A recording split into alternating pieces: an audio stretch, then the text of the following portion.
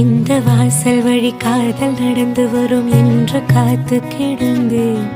அது வானில் பறந்து வந்து கூரை திறந்து வரும் என்று தெளிந்தேன். தாவி வந்து என்னை அழைத்த போது எந்த சல்லி வேர்கள் அருந்தேன். சாரி நிலை வரை சென்று மீண்டும் இன்று 2 ஜென்மம் அடைந்தேன். துடிக்கும் உதடு கொண்டு துடை தேடு வெக்கத்தை அணைப்பினாதிக்கத்தால் வெளியேற்று அச்சத்தை.